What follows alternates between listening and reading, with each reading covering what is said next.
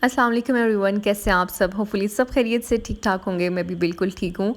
आज के व्लॉग में जी मैं आप लोगों के साथ शेयर करने वाली हूँ अपनी फुल डे रूटीन, सुबह से लेकर शाम तक बच्चों के साथ मेरी क्या रूटीन है।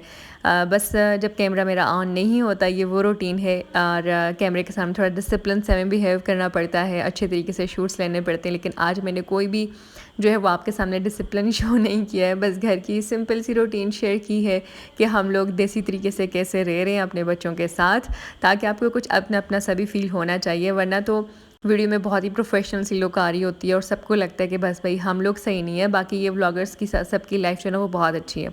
तो हमारे घर में भी ना यही सब होता है जो आप लोगों के घरों में होता रहता है। तो आज मैं आप लोगों के साथ यही सब शेयर करने वाली हूँ। अच्छा, ये सुबह का मैं नाश्ता कर रही हूँ। बच्चों को मैंने स्कूल भेज दिया था, अर्शमान का नाश्ता भी मैंने सुबह बच्चों के साथ करा दिया था। और अभी अर्शमान की ना रूटीन बड़े मज़े की हो गई है। सुबह जब बच्चे उठते हैं साथ में वो भी उठ जाता है, और जैसे ही बच्चे स्कूल जाते हैं ना वो फिर से सो जाता है। यानी 8 बजे वो सोता है तो वो 10 साढ़े 10 बजे उठता है।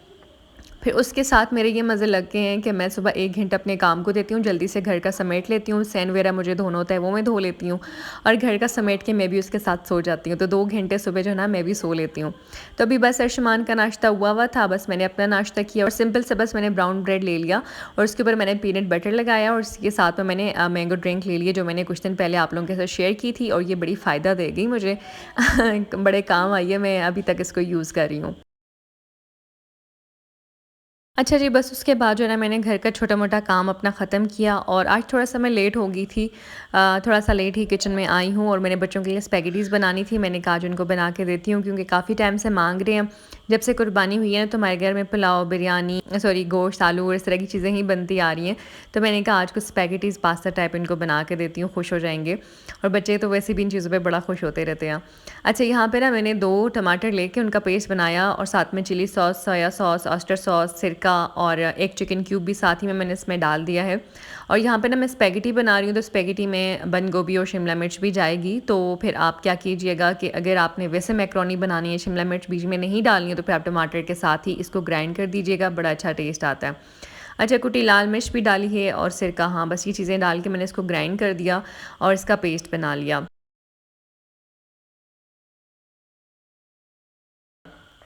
अच्छा, ये चीज़ें एक दफ़ा ही में ग्राइंड करने से बड़ा फ़ायदा हो जाता है। बार-बार आपको ना एक-एक अलग से मसाला नहीं डालना पड़ता, और अलग से सॉसेस एक्स्ट्रा बाद में नहीं डालने पड़ते हैं। बस एक ही सॉस बन जाती है, और जैसे ही आपका कीमा गलेगा बस आप वो सॉस डाल दें और झटपट से आपकी स्पैगेटीज़ बन जाया करेंगी।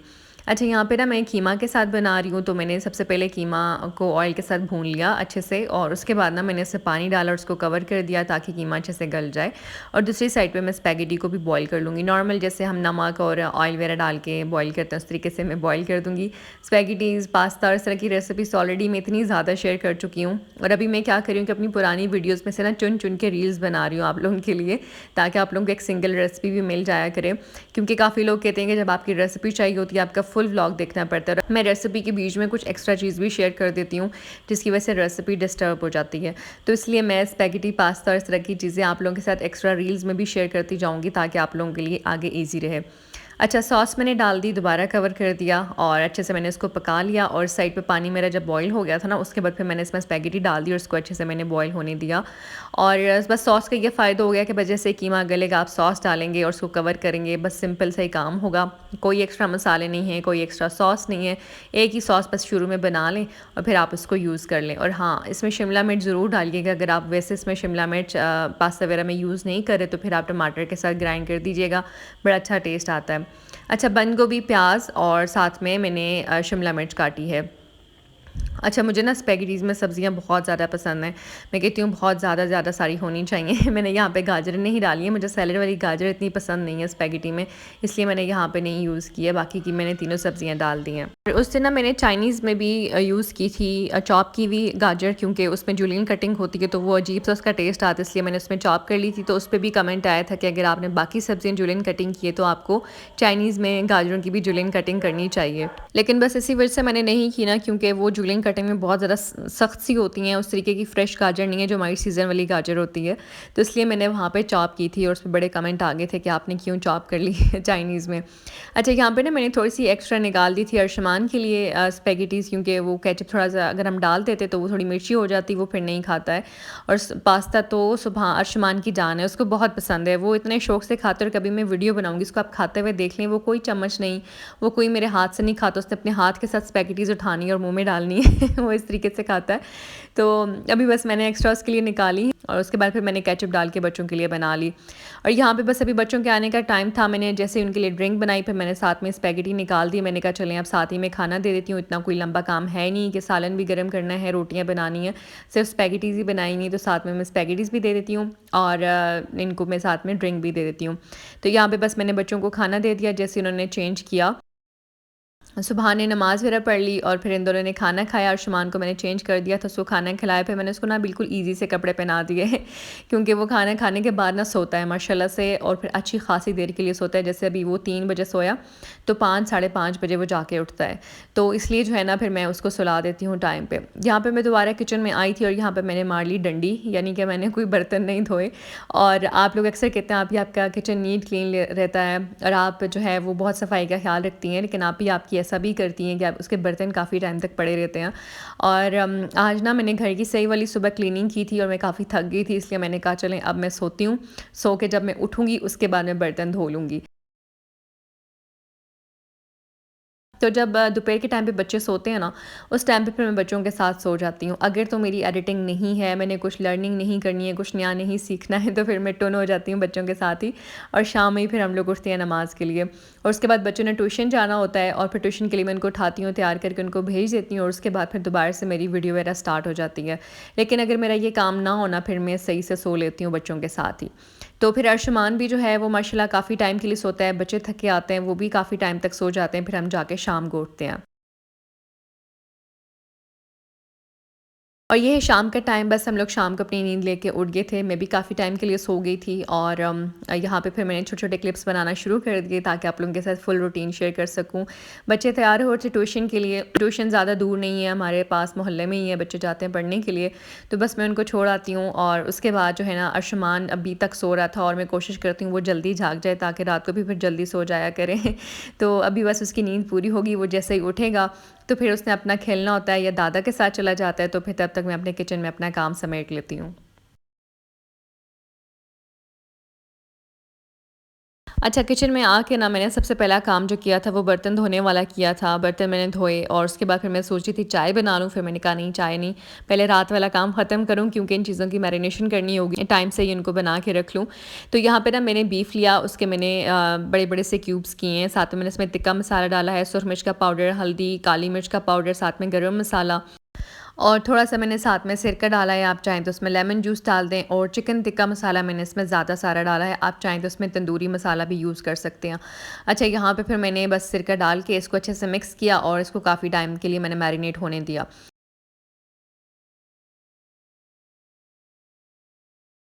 इस साइड पे जो सब्जियाँ मैं इसमें यूज़ करूँगी ना, उसमें गाजर है, सॉरी ये बंद गोभी है, प्याज और टमाटर, जूलियन कटिंग मैंने इसकी कर दी थी और उसको एक प्लेट में निकाल के इसके ऊपर मैंने सही वाली पेपरिका पाउडर डाल दी यानी ज़्यादा सारी डाली है, स्पाइसी से थोड़े से मैं बना रही थी।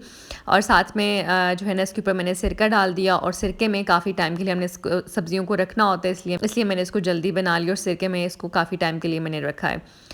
अभी बस मैं इसके ऊपर पेपरिका पाउडर डाल दूँगी, साथ में मैं इसमें सिरका डाल के इसको कवर कर दूँगी और ये रात को ना हम चिकन रैप जब बनाएँगे हम उसमें यूज़ करेंगे।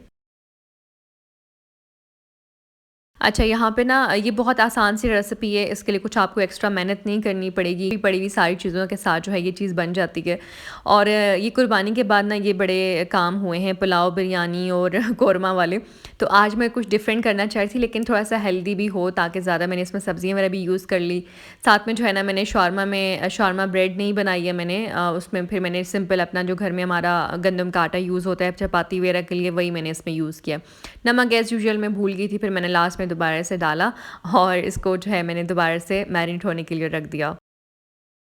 उसके बाद मैंने अपनी शाम की चाय पी और ये काम पहले ख़त्म हो गया था, इसलिए मैं रिलैक्स थी कि चलो रात को सिर्फ मुझे रोटियां बनानी हैं और बीच में फिलिंग करनी है और जस्ट इसको हल्का सा मुझे ग्रिल करना है, ज़्यादा काम नहीं था मेरा, तो इसलिए मैंने बहुत सुकून से चाय पी है। चाय अक्सर ऐसा होता है कि मेरी कोशिश होती है कि मैं बिल्कुल रिलैक्स होकर चाय पीऊँ, यानी मुझ पे ना काम का बर्डन ना हो। अक्सर ऐसा भी होता है किचन बिखरा पड़ा है और मैं फटाफट से किचन को समेटूंगी अपनी चाय के लिए, ताकि मैं अपनी चाय इंजॉय कर सकूँ। चाय के टाइम पे मुझे कोई भी टेंशन ना हो कि अभी ये काम करना है और वो करना है। अच्छा, यहाँ पे मैंने कुकर में जो है ना ऑयल डाल के इसमें थोड़ी देर के लिए पहले गोश्त को भून लिया, फिर उसके बाद इसमें पानी डाला और उसको कवर कर दिया और गोश्त को मैंने गलने के लिए छोड़ दिया। बस ये आपने काम करना है, सिंपल सा ही काम है। और ऑयल आप अपने हिसाब से डाल दें, अगर आप इसमें बटर डालना चाहते हैं तो ज़्यादा अच्छी बात है, आप इसमें बटर यूज़ कर लें घर का। अगर आप इसमें देसी घी डालना चाहते हैं तो देसी घी डाल दें। अच्छा, यहाँ पे ना गोश्त हमारे पास गल गया, पानी कुछ एक्स्ट्रा था तो फिर मैंने हाई फ्लेम कर दी और इसी पानी को जो है ना इसके अंदर खुश कर दिया और बस कुछ इस तरह का जो है ना वो हमारे पास बीफ रेडी हो जाएगा। इस साइड पे ना मैं रोटियां बना लूँगी और मैंने कोई मैदे की रोटियां, ये शावरमा ब्रेड वगैरह इस तरह की नहीं यूज़ की है। बस सिंपल मैंने यहाँ पे घर में जो हमारा गंदम का आटा होता है ना उसी की चपातियाँ मैंने छोटी-छोटी सी बना ली थी। अच्छा, यहाँ पे आप लोग साथ-साथ में देखते जाएँ। मुझे यहाँ पे एक बात करनी थी कि आप लोगों ने मुझे उस दिन मैंने कहा था कि अर्शमान के आने के बाद मेरी लाइफ़ ऐसी हो गई है, पहले ऐसी थी, यानी कि पहले ना मुझ पे इतनी ज़िम्मेदारी नहीं थी। तो उस पे ना मुझे कमेंट आ गया कि आप जो है नाशुक्री कर रही हैं और आपको ऐसे नहीं कहना चाहिए। तो मैं ये कहूँगी, पता नहीं मुझे ये बात कहनी चाहिए नहीं कहनी चाहिए, लेकिन अर्शमान मेरे इन तीनों बच्चों में से एक ऐसा बच्चा है ना कि जिसको अगर दिन में मैं 100 बार देखूँ ना तो मैं 100 बार अल्लाह पाक का शुक्र अदा करती हूँ। और मैं अर्शमान को कहती होती हूँ कि ये मतलब जो भी कोई पूछता है ना, मैं कहती हूँ ये अल्लाह पाक का तोहफ़ा है। तो ये वाकई में अल्लाह का गिफ्ट है, मुझे माशाल्लाह से 7 साल के बाद मिला है। तो मैं इसके साथ किसी को भी नहीं लगाती हूँ। मैं सिर्फ आप लोगों के साथ अपनी एक रूटीन शेयर करी थी और आप लोगों के साथ ये डिस्कस करी थी कि इसके आने से पहले मेरी लाइफ कैसी थी और इसके आने के बाद मेरी कितनी ज़िम्मेदारी बढ़ गई है। बाकी अर्शमान मेरे लिए क्या है ना ये मुझे पता है। मैं इसको जब देखती हूँ ना मैं सब कुछ भूल जाती हूँ और मुझे अक्सर अम्मी कहती भी हैं कि ये कोई मस्ती करता है तो मैं इसको डांटती नहीं हूँ, तो मैं इसको किसी काम से रोकती नहीं हूँ, उल्टा इसको लाड कर रही होती हूँ। तो वो वाक़ई में मतलब शुमान के साथ मेरी 24 आवर ड्यूटी है। रात को भी उसके साथ जागना है, उसी को देखना है, सुबह भी सारा दिन वो मेरे साथ रहता है। तो मुझे कभी उस पे गुस्सा नहीं आया, कभी मैंने उसको डाँटा नहीं है। इवन कि इतनी मस्ती करता है, मैंने कभी उसको किसी काम से मना भी नहीं किया, उसको उसके हाल पे छोड़ देती हूँ। तो ऐसा कुछ भी नहीं था, माशाल्लाह से वो बच्चा मेरे लिए मेरा सुकून है, मैं यही कहूँगी उसके बगैर मैं इनकम्प्लीट हूँ। अच्छा ख़ैर, यहाँ पे मैंने ग्रिल कर दिया और जो ऑयल बच गया था वही फिर मैंने इसके ऊपर डाल के इसको थोड़ा-सा क्रिस्पी कर लिया और ये रैप हमारे रेडी हो गए। ये था मेरा आज का व्लॉग। अपना ख़्याल रखिएगा, इंशाल्लाह मिलते हैं। अल्लाह हाफ़िज़।